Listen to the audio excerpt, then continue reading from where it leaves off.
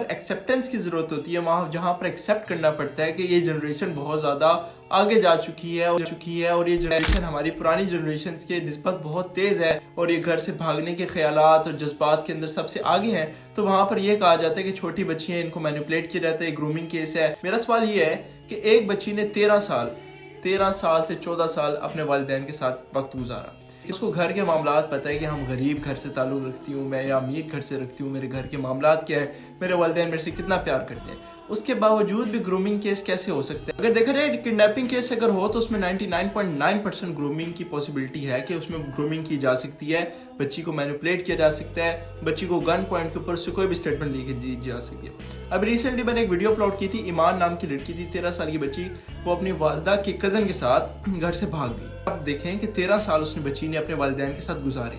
13 साल में उसको अपने घर के एक एक मामलात पता था। 13 साल की बच्ची कोई आम बच्ची नहीं है कि जिसको आप खाने का भी ना पता हो, उसको पीने का भी ना पता हो, उसको स्कूल का भी ना पता हो, उसको मोबाइल का भी ना पता हो। आजकल की जनरेशन, प्रेजेंट जनरेशन की बात कर रहा हूँ, हम लोग जज करते हैं पुरानी जनरेशन को याद करके जो हमारा बचपना था। तो ये जनरेशन हमारे से 100 हाथ आगे है। यानी हमने जो 2005, 2006, 2007, 2008 में टाइम गुजारा है वो अलग था, लेकिन अब जो चल रहा है प्रेजेंट का, इसमें बच्चों, छोटे छोटे बच्चों, 3-3, 4-4 साल बच्चों को मोबाइल चलाना आ जाता है टच। आप खुद सोचिए, जिस बच्ची ने 13 साल अपने वालिदैन के साथ गुजारे हैं, उसको घर के एक एक मामलात पता हो कि हमारे घर के क्या हालात हुआ, कि मेरे वालिदैन मेरे से कितना प्यार करते हैं, उसके बाद भी अगर वो ऐसा कदम उठाती है, यानी कोई प्रेशर नहीं था उस पर, कोई उसका जो मामाजात कज़न थे उसने आके घर पे आके गन पॉइंट पर रख के नहीं उसको भगा के ले गई, वो अपनी रजामंदी से उसने पैकिंग वगैरह करके वो घर से बाहर भागी। जब उसके वालिद साहब ने FIR करवाई तो उस लड़की ने अपने मजिस्ट्रेट के सामने अदालत में आके